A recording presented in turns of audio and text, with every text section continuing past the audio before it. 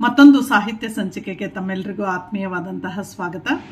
ಈ ದಿನ ನಾವು ಕಪ್ಪೆ ಅರಭಟ್ಟನ ಶಾಸನ ಅಥವಾ ಬಾದಾಮಿ ಶಾಸನ ಅನ್ನುವಂತಹದ್ದು ತಮ್ಮೆಲ್ಲರಿಗೂ ಇರುವಂತಹ ಮತ್ತೊಂದು ಶಾಸನದ ಬಗ್ಗೆ ಇರುವಂತಹದ್ದು.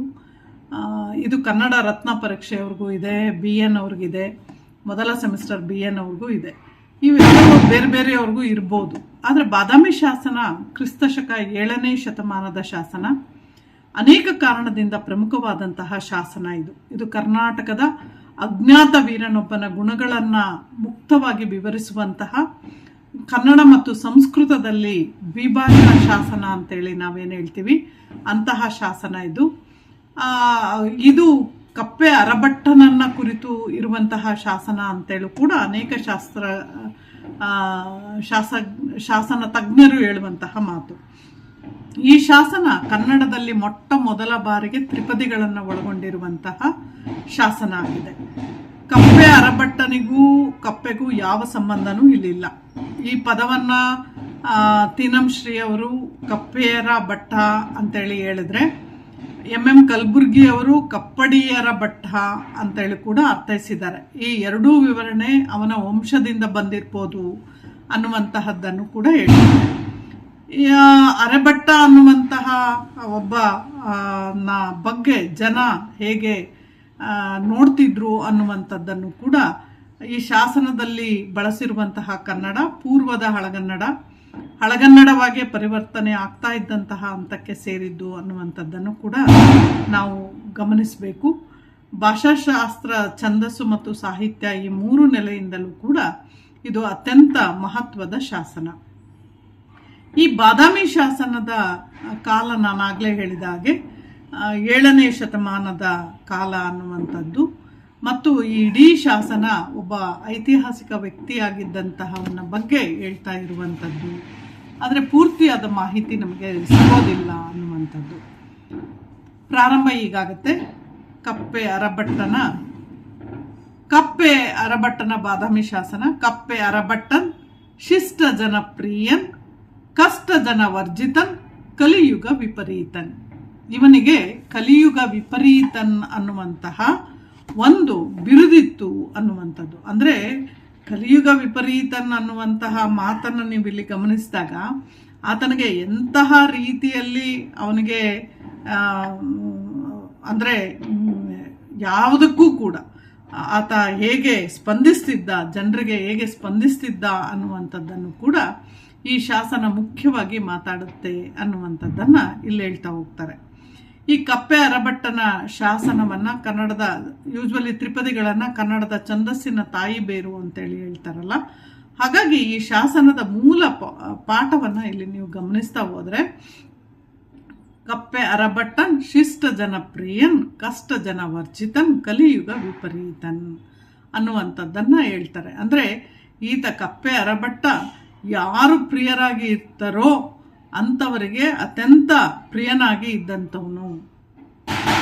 ಬಹಳ ಮುಖ್ಯವಾಗಿ ಗಮನಿಸಬೇಕಾಗದು, ಯಾರು ತನಗೆ ಆಶ್ರಯವನ್ನು ಕೊಡ್ತಾರೋ ಅಂತಹ ಒಳ್ಳೆ ಜನರಿಗೆ ಆತ ಪ್ರೀತಿ ಪಾತ್ರನಾಗಿರ್ತಾನೆ. ಆ ಮಾತನ್ನು ಹೇಳ್ತಿದ್ದಾರೆ. ಕಪ್ಪೆ ಅರಭಟ್ಟ ಶಿಷ್ಟ ಜನಪ್ರಿಯನ್, ಯಾರು ಆತನಿಗೆ ಒಳ್ಳೆ ಜನರಾಗಿರ್ತಾರೋ ಅವರಿಗೆ ಆತ ಪ್ರೀತಿ ಪಾತ್ರ. ಅದನ್ನೇ ಹೇಳ್ತಾರೆ. ಕಷ್ಟ ಜನ ವರ್ಜಿತನ್ ಕಲಿಯುಗ ವಿಪರೀತನ್, ಯಾರು ಕೆಟ್ಟ ಕೆಲಸವನ್ನ ಮಾಡುವಂಥವ್ರು, ತನಗೆ ಆಗದ ಜನರು ಯಾರಿರ್ತಾರೋ ಅವರನ್ನ ಕೊನೆಗೊಳಿಸುವಂಥವನು, ಕಲಿಯುಗಕ್ಕೆ ವಿಪರೀತನಂತಹ ಧೀರ ಅವನು ಅನ್ನುವಂತಹ ಮಾತನ್ನ ಇಲ್ಲಿ ಹೇಳ್ತಾರೆ. ಅಂದ್ರೆ ಅದರ ಮುಂದಿನದನ್ನ ನೀವು ಗಮನಿಸಿ. ವರ ತೇಜಸ್ವಿನೋ ಮೃತ್ಯುರ್ನತು ಮಾನವಾಖಂಡನಂ ಮೃತ್ಯು ತತ್ಕ್ಷಣಿಕೋ ದುಃಖ ಮಾನಭಂಗಂ ದಿನೇ ದಿನೇ. ಈ ಎರಡೂ ಲೈನುಗಳು ಕೂಡ ಸಂಸ್ಕೃತದಿಂದ ಬಂದಿರುವಂಥದ್ದು. ಆ ಮಾತನ್ನು ಹೇಳ್ತಿದ್ದಾರೆ. ತೇಜಸ್ವಿ ಆದವರಿಗೆ, ವರ ತೇಜಸ್ವಿನೋ ಮೃತ್ಯುರ್ನತು, ತೇಜಸ್ವಿ ಆದಂಥವರಿಗೆ ಅಥವಾ ವೀರರಾದಂಥವರಿಗೆ ಯಾವುದು ಶ್ರೇಷ್ಠ ಅಂತ ಯಾರಾದರೂ ಕೇಳಿದರೆ ಅದು ಮರಣವೇ ಹೊರತು ಮಾನಭಂಗ ಅಲ್ಲ ಅನ್ನುವಂಥದ್ದು. ಇದು ಕನ್ನಡ ನಾಡಿನ ವೀರರ ಪರಂಪರೆಯನ್ನು ಕೂಡ ಬಿತ್ತಿಸ್ತಾ ಇರುವಂಥದ್ದನ್ನು ನೀವು ಗಮನಿಸಬೇಕು. ಮಾನವ ಖಂಡನಂ ಮೃತ್ಯು ತತ್ಕ್ಷಣಿಕೋ ದುಃಖಂ ಮಾನಭಂಗಂ ದಿನೇ ದಿನೇ. ಮೃತ್ಯು ತತ್ಕಾಲಕ್ಕೆ ಕ್ಷಣಿಕವಾದಂತಹ ದುಃಖವನ್ನು ಕೊಡ್ಬೋದು, ಆದರೆ ಮಾನಭಂಗ ಅನ್ನೋದು ಅದು ದಿನ ಕೂಡ ದುಃಖವನ್ನು ತರುತ್ತಲೇ ಇರುತ್ತೆ. ಅದಕ್ಕೆ ಒಬ್ಬ ತೇಜಸ್ವಿ ಆದವನಿಗೆ ಯಾವುದು ಬಹಳ ಮುಖ್ಯ ಅಂತೇಳಿ ಯಾರಾದರೂ ಹೇಳಿದರೆ, ವೀರನಾದಂಥವನಿಗೆ ಯಾವುದು ಬಹಳ ಮುಖ್ಯ ಅಂತೇಳಿ ಹೇಳಿದರೆ, ಯಾವುದು ಶ್ರೇಷ್ಠ ಯಾವುದು ಅಂತಂದರೆ ಸಾವೇ ಹೊರತು ಅದು ಮಾನಭಂಗ ಅಲ್ಲ ಅನ್ನುವಂಥದ್ದನ್ನು ಇಲ್ಲಿ ಹೇಳ್ತಾ ಇದ್ದಾನೆ ಅನ್ನುವಂಥದ್ದು. ಹಾಗಾಗಿ ಮಾನಭಂಗ ಮಾಡಿಸ್ಕೊಳ್ಳಿಕ್ಕೆ ಯಾರಿಗೂ ಇಲ್ಲ. ಯಾಕೆಂದರೆ ಮೃತ್ಯು ತತ್ಕಾಲ ಕ್ಷಣಿಕ, ಮಾತನ್ನು ಹೇಳ್ತಾ ಮೃತ್ಯು ತತ್ಕ್ಷಣಿಕೋ, ಮೃತ್ಯು ಅನ್ನುವಂಥದ್ದು ಆ ಕ್ಷಣಕ್ಕೆ ಅದು. ಆದರೆ ದುಃಖ ಯಾವುದು ಕೊಡುತ್ತೆ ಅಂದರೆ ಮಾನಭಂಗಂ ದಿನೇ ದಿನ ಅನುದಿನವೂ ಕೂಡ ದುಃಖವನ್ನು ಕೊಡುವಂಥದ್ದು ಯಾವುದು ಅಂತಂದರೆ ಮಾನಭಂಗ. ಮುಂದಿನ ಪದ್ಯ ಅತ್ಯಂತ ಭಾಳ ಜನ ಕೋಟ್ ಮಾಡುವಂಥದ್ದು, ಸುಲಭವಾಗಿರುವಂಥದ್ದು, ಮತ್ತು ಕನ್ನಡಿಗರು ಅಂದರೆ ಯಾರು ಅನ್ನುವಂಥದ್ದನ್ನು ಕೂಡ ಈ 3 ಸಾಲುಗಳು ತ್ರಿಪದಿ ತೋರಿಸುತ್ತೆ. ಸಾಧುಗೆ ಸಾಧು, ಮಾಧುರ್ಯಂಗೆ ಮಾಧುರ್ಯಂ, ಬಾದಿಪ್ಪ ಕಲಿಗೆ ಕಲಿಯುಗ ವಿಪರೀತನ್, ಮಾಧವನೀತನ್ ಪೆರನಲ್ಲ. ಈ ಮಾತನ್ನು ಕಳಿಸಿ. ಇವನು ಯಾರು? ವೀರ ಅಥವಾ ಕಪ್ಪೆ ಅರೆಭಟ್ಟನ ಯಾರು ಅಂತ ಹೇಳ್ತಿರ್ಬೋದು, ಅಥವಾ ಕನ್ನಡಿಗರು ಅಂದರೆ ಯಾರು ಅಂದರೆ ಒಳ್ಳೆಯವರಿಗೆ ಒಳ್ಳೆಯವರು, ಸಾಧುವಾದ ಮನುಷ್ಯರು ನಾವು, ಮಧುರವಾದ ನಡತೆ ಉಳ್ಳ ಸದಾಚಾರರಿಗೆ ನಾವು ಅತ್ಯಂತ ಒಳ್ಳೆ ಜನ ಆಗಿರ್ತೀವಿ. ಬಾದಿಪ್ಪ ಕಲಿಗೆ ಯಾರಾದರೂ ನಮ್ಮ ತಂಟೆಗೆ ಬಂದರೆ ಇವನು ಕಲಿಯುಗಕ್ಕೆ ವಿಪರೀತನ್, ಕಲಿಯುಗ ವಿಪರೀತನ್ ಅಂದರೆ ಸುಮ್ಮನೆ ಇರೋರಲ್ಲ ನಾವು, ನಮ್ಮನ್ನೇನಾದರೂ ತಡ್ಕೊಂಡ್ರೆ ನಾವು ಬಿಡೋರಲ್ಲ. ನೋಡಿ ನೆಕ್ಸ್ಟ್, ಮಾಧವನೀತನ್ ಪೆರನಲ್ಲ. ಮಾಧವ ಅಂದರೆ ವಿಷ್ಣುವಿನ ರೂಪವೇ ಹೊರತು ಬೇರೆ ಯಾರೂ ಅಲ್ಲ. ನಾವು ಒಳ್ಳೇದವ್ರಿಗೆ ಮಾಡೋರಿಗೆ ಒಳ್ಳೇದು ಮಾಡ್ತೀವಿ, ಸಾಧುಗೆ ಸಾಧು, ನಾವು ಸಾಧುವಾದ ಮನುಷ್ಯ, ನಮ್ಮ ಜೊತೆ ಸರಿಯಾಗಿ ನಡ್ಕೊಂಡ್ರೆ ನಾವು ಹಾಗೆ ನಡ್ಕೋತೀವಿ, ನಮ್ಮ ತಂಟೆಗೆ ಬಂದರೆ ನಾವು ಬಿಡೋರಲ್ಲ ಅನ್ನುವಂತಹ ಮಾತನ್ನು ಈ ಪದ್ಯ ಹೇಳುತ್ತೆ. ನೆಕ್ಸ್ಟ್ ಪದ್ಯ ನೋಡಿ, ಒಳಿತ್ತು ಕೈವರ್ ಅಪ್ಪೋಲ್ ಅಲ್ಲಂ ಅದುಂ ಅತ್ತೆ, ಬಲ್ಲಿತ್ತು ಕಲಿಗೆ ವಿಪರೀತನ್ ಪುರಾಕೃತಂ ಇಲ್ಲಿ ಸಂದಿಕ್ಕುಮದು ಅದು ಬಂದು. ಒಳ್ಳಿತ್ತು ಕೈವರ್ ಅಪ್ಪೊಡೆ ನೋಡಿ, ಕೈವರ್ ಒಳ್ಳಿತ್ತು ಕೈವರ್ ಅಪ್ಪದ ಅಲ್ಲಮದು ಅಲ್ತೆ, ಬಲ್ಲಿತ್ತು ಕಲಿಗೆ ವಿಪರೀತ ಪುರಾಕೃತಂ ಇಲ್ಲಿ ಸಂದಿಕ್ಕುಮದು ಬಂದು. ಏನು? ಒಳ್ಳೆಯದನ್ನು ಮಾಡೋರಿಗೆ ಒಳ್ಳಿತ್ತು, ಯಾರು ಒಳ್ಳೆಯದನ್ನು ಮಾಡ್ತಾರೋ, ಯಾರು ಕೆಡುಕನ್ನು ಮಾಡ್ತಾರೋ ಅವರವರಿಗೆ ಅದನ್ನೇ ಇನ್ನೂ ಹೆಚ್ಚಾಗಿ ಮಾಡ್ತಾರೆ. ಅವನು ಒಳ್ಳೆಯವ್ರಿಗೆ ಒಳ್ಳೆಯವನಾಗಿರ್ತಾನೆ, ಕೆಟ್ಟವರಿಗೆ ಕೆಟ್ಟವನಾಗಿರ್ತಾನೆ ಅನ್ನುವಂಥದ್ದನ್ನು ಹೇಳ್ತಿದೆ. ಒಳ್ಳಿತ್ತು ಕೈವರ್ ಅಪ್ಪೋದು ಅಲ್ಲಮದು ಅಲ್ತು, ಬಲ್ಲಿತ್ತು ಕಲಿಗೆ ವಿಪರೀತ ಪುರಾಕೃತಂ ಇಲ್ಲಿ ಸಂದಿಕ್ಕುವುದು ಅದು ಬಂದು. ಇವನು ಕಲಿಗೆ ವಿಪರೀತ, ಇಂದಿನ ಜಗತ್ತಲ್ಲಿ ಏನು ಮಾಡಿದ್ರೋ ಅವರವರ ಕರ್ಮಾನುಸಾರ ಅವ್ರ ಫಲವನ್ನು ಪಡಿತಾರೆ ಅನ್ನುವಂಥದ್ದನ್ನು ಇಲ್ಲಿ ಹೇಳ್ತಿದ್ದಾರೆ. ಪುರಾಕೃತ ಅಂದರೆ ಹಿಂದೆ ಮಾಡಿದ್ದನ್ನು ಇಲ್ಲಿ ಸಂದಿಕ್ಕುವುದು, ಇಲ್ಲಿ ಅವ್ರು ಅನುಭವಿಸ್ತಾರೆ, ಇಲ್ಲಿ ಬಂದು ಅವ್ರು ಅನುಭವಿಸ್ತಾರೆ. ಒಳ್ಳೆಯದನ್ನು ಮಾಡೋರಿಗೆ, ಯಾರು ಒಳ್ಳೆ ಕೆಲಸವನ್ನು ಮಾಡ್ತಾರೆ ಪೊಲ್ಲಂ ಅಲ್ತೆ, ಯಾರು ಒಳ್ಳೆ ಕೆಲಸ ಮಾಡ್ತಾರೆ ಅವ್ರಿಗೆ ಒಳ್ಳೇದಾಗುತ್ತೆ. ಬಲ್ಲಿತ್ತು ಕಲಿಗೆ ವಿಪರೀತನ್, ಯಾರಾದರೂ ವೀರರಿಗೆ ಏನಾದರೂ ತೊಂದರೆ ಕೊಟ್ಟಿದ್ದೆ ಆದರೆ ಅದಕ್ಕೆ ವಾಪಸ್ಸು ಅವರು ಕೊಡ್ತಾರೆ. ಪುರಾಕೃತಂ ಇಲ್ಲಿ ಇದು ಈಗಿಂದಲ್ಲ, ಕರ್ಮಾನುಸಾರ ಫಲವನ್ನು ಕೂಡ ಅವರು ನನ್ನಿಂದ ಪಡಿತಾರೆ ಅನ್ನುವಂಥದ್ದು. ಅಂದರೆ ನನ್ನ ತಂಟೆಗೆ ಬಂದರೆ ನಾನು ಚೆನ್ನಾಗಿದ್ರೆ ಚೆನ್ನಾಗಿರ್ತೀನಿ, ನನ್ನ ತಂಟೆಗೆ ಬಂದರೆ ಹಿಂದಿನ ಜನ್ಮದಲ್ಲಿ ಅವ್ರು ಏನೋ ಅನುಭವಿಸಿರ್ಬೇಕು, ಅದಕ್ಕೆ ನನ್ನ ತಂಟೆಗೆ ಬಂದವ್ರೆ ಅನ್ನೋ ರೀತಿಯಲ್ಲಿ ನಾನು ಮುಗಿಸ್ತೇನೆ ಅನ್ನುವಂಥದ್ದು. ಮುಂದಿನ ಸಾಲುಗಳನ್ನು ನೋಡಿದೆ. ಕಟ್ಟಿದ ಸಿಂಗಮಂ ನೋಡಿ, ಪದವನ್ನು ಬಳಸ್ತಾ ಇರೋದು. ಕಟ್ಟಿದ ಸಿಂಗಮನ್ ಕೆಟ್ಟೊಡೆಂ ಯಮಗೆಂದು ಬಿಟ್ಟೊಡನ್ ಅಲ್ಲಿ ಕಲಿಗೆ ವಿಪರೀತಂ ಅಹಿತರ್ಕಂ ಕೆಟ್ಟರಂ ಎತ್ತರ್ ವಿಚಾರಂ ಸತ್ತರ್ ವಿಚಾರಂ. ನೋಡಿ ಈ ಪದವನ್ನು ಭಾಳ ಚೆನ್ನಾಗಿ ಕವಿ ಬಣ್ಣಿಸ್ತಾ ಇರುವಂಥದ್ದನ್ನು ನೋಡಬೇಕು. ಕಟ್ಟಿದ ಸಿಂಗಮನ್ ಕೆಟ್ಟೊಡೆನ್ ಯಮಗೆಂದು ಬಿಟ್ಟೋಲ್ ಕಲಿಗೆ ವಿಪರೀತಂ ಅಹಿತರ್ಕ ಕೆಟ್ಟರ್ಮೆಂಟ್ ಸತ್ತರ್ ಅವಿಚಾರಂ.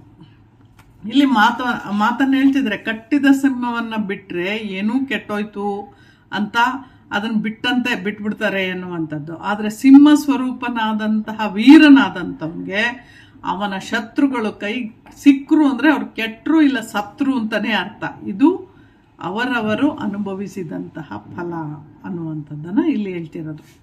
ಅಂದರೆ ಇಡೀ ಕಾವ್ಯ ನೋಡಿ, ಅದನ್ನು ನಾನು ಮೊದಲಿಂದ ಇನ್ನೊಂದ್ಸಲ ಓದ್ತೀನಿ. ಕಪ್ಪೆ ಅರಬಟ್ಟನ್ ಶಿಷ್ಟ ಜನಪ್ರಿಯನ್ ಕಷ್ಟ ಜನ ವರ್ಜಿತನ್ ಕಲಿಯುಗ ವಿಪರೀತನ್. ಕಪ್ಪೆ ಅರಬಟ್ಟನ್ನು ಯಾರು ಒಳ್ಳೆಯವರೋ ಅವ್ರಿಗೆ ಒಳ್ಳೆಯವನು, ಯಾರು ಅವನ ತಂಟೆಗೆ ಬರ್ತಾನೋ ಅವನು ಕಲಿಯುಗಕ್ಕೆ ವಿಪರೀತನನ್ನುವಷ್ಟು ಮಟ್ಟಿಗೆ ಕೆಟ್ಟದಾಗ್ತಾನೆ. ವರ ತೇಜಸ್ವಿನೋ ಮೃತ್ಯುರ್ನತು ಮಾನವ ಖಂಡನಂ ಮೃತ್ಯು ತತ್ಕ್ಷಣಿಕೋ ದುಃಖ ಮಾನಭಂಗಂ ದಿನೇ ದಿನೇ. ಯಾವ ತೇಜಸ್ವಿಯಾದಂತಹ ವೀರನಿಗೂ ಮೃತ್ಯು ಅನ್ನುವಂಥದ್ದು ಬಹಳ ಬಂದರೂ ಅವನೇನು ಯೋಚನೆ ಮಾಡೋದಿಲ್ಲ. ಆದರೆ ಮಾನಭಂಗ ಅನ್ನುವಂಥದ್ದು ಮಾತ್ರ ಇದ್ದೂ ಸತ್ತಂತೆ. ಹಾಗಾಗಿ ಅದು ಸದಾ ದುಃಖವನ್ನು ಕೊಡುತ್ತೆ, ದಿನೇ ದಿನೇ ದುಃಖವನ್ನು ಕೊಡುತ್ತೆ.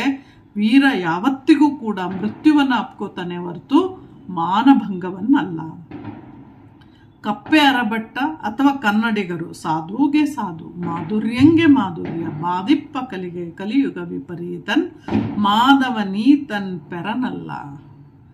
ನಾವು ಸಾಧುಗಳಿಗೆ ಸಾಧುವಾಗಿರ್ತೇವೆ, ಮಾಧುರ್ಯದಿಂದ ಮಾತಾಡ್ಸಿದ್ರೆ ನಾವು ಅದ್ಭುತವಾಗಿ ಮಾತಾಡ್ತೇವೆ.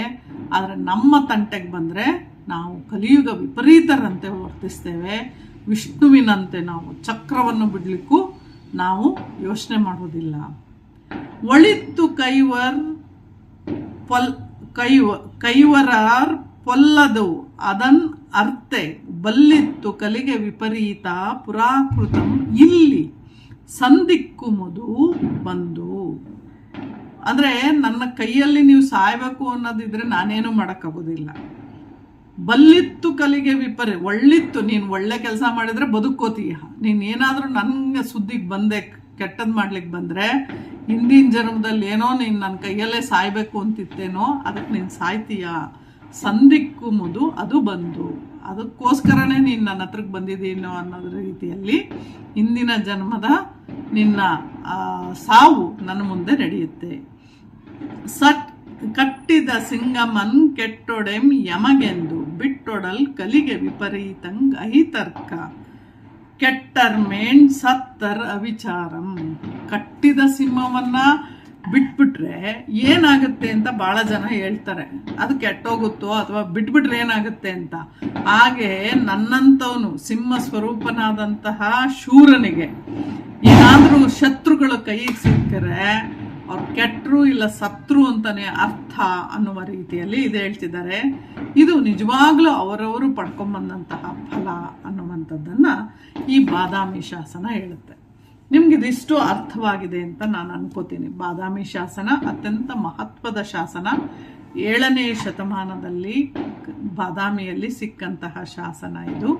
ಇದಕ್ಕೆ ಕಪ್ಪೆ ಅರಬಟ್ಟನ ಶಾಸನ ಅಂತ ಕೂಡ ಹೇಳ್ತಾರೆ ಅನ್ನುವಂಥದ್ದನ್ನು ನೀವು ಗಮನಿಸಬೇಕು. ಇದಿಷ್ಟು ಕೂಡ ಬಾದಾಮಿ ಶಾಸನದ ಬಗ್ಗೆ ಇದ್ದಂಥದ್ದು.